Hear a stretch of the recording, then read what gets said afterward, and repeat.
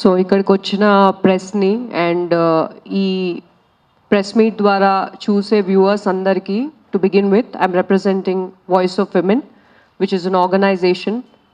So మనందరికీ తెలిసినట్టు ఒక 1-2 months నుండి there has been a debate about a noted actor.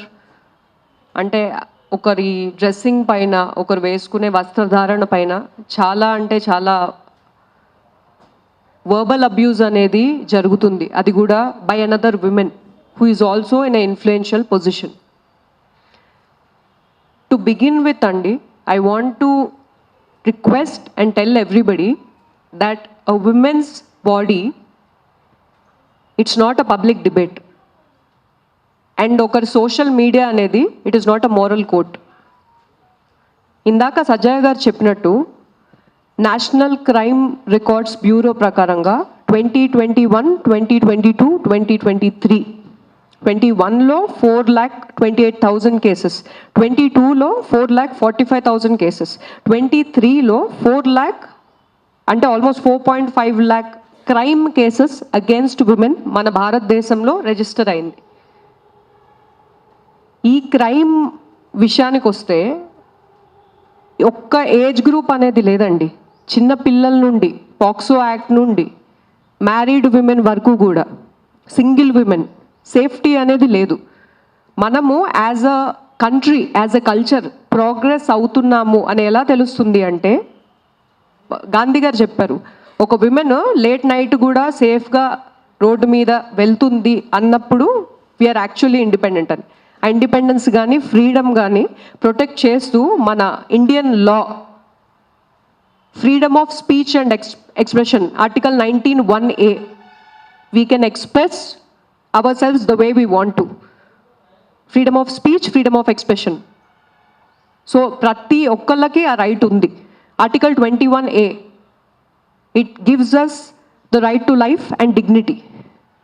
So లాస్లో అయితే కాన్స్టిట్యూషన్ ఆఫ్ ఇండియా అనేది ఇచ్చిందండి. సో ఇండియన్ కల్చర్ని మనం రిప్రజెంట్ చేస్తున్నాం అన్నప్పుడు ఆర్ యూ ఫాలోయింగ్ ద లా?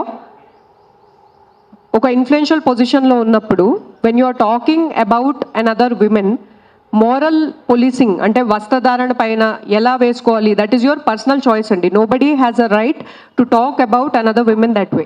నేను ఒక బైక్ రైడర్ని. 2024లో స్పెయిన్ నుండి ట్రావెల్ చేస్తున్న ఒక కపుల్, ఒక విమెన్ అండ్ హర్ పార్ట్నర్, వాళ్ళు all over the world bike riding చేసినప్పుడు జార్ఖండ్లో గ్యాంగ్ రేప్ జరగబడిందండి. This happened in 2024. She was not in a clothing which was inappropriate. So 2012లో నిర్భయ కేసు అందరికీ తెలిసిందే. పర్పచ్యువేటర్స్ని నువ్వు ఎందుకు రేప్ చేసావు అంటే ఆ టైంలో అమ్మాయి తిరగకూడదు అన్న మైండ్ సెట్ ఉంది తప్పితే అకౌంటబిలిటీ అనేది తీసుకోవట్లేదు. It's a very gruesome case that happened in Nirbhaya.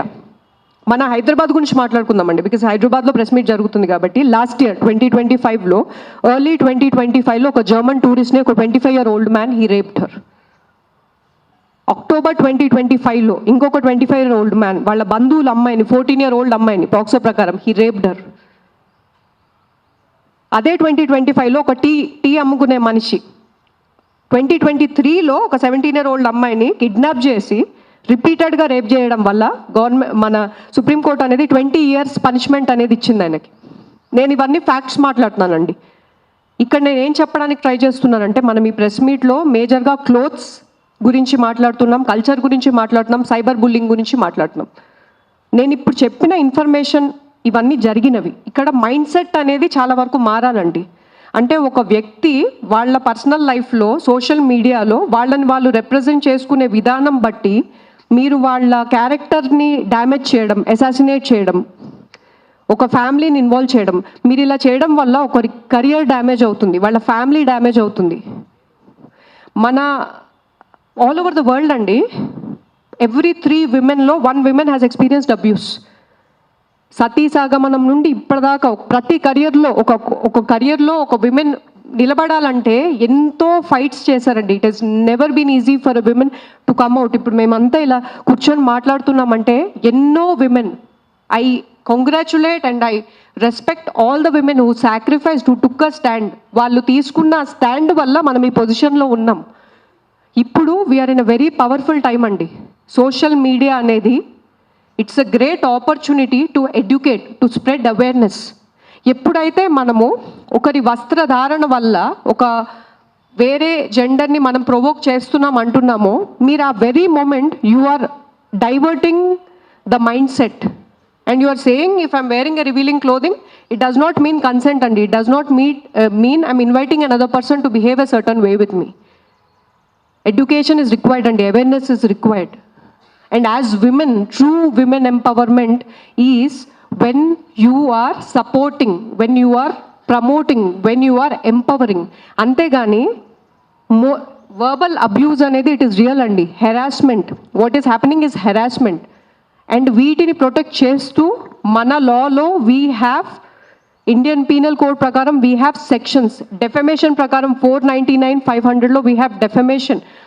354A IPC ఈ సెక్షువలైజ్డ్ కమెంట్స్ ఏవైతే మాట్లాడుతున్నారో they can be put behind the bars. 509 IPC ఇవన్నీ దీస్ ఆర్ ద లాస్ అండి which protect us. So any person who's in influential position irrespective of the gender, I request you to be mindful అండి. Indian culture అనేది self రియలైజేషన్ని promote చేస్తుంది. మనసా వాచా కర్మణ, మనం మాట్లాడే మాటలు.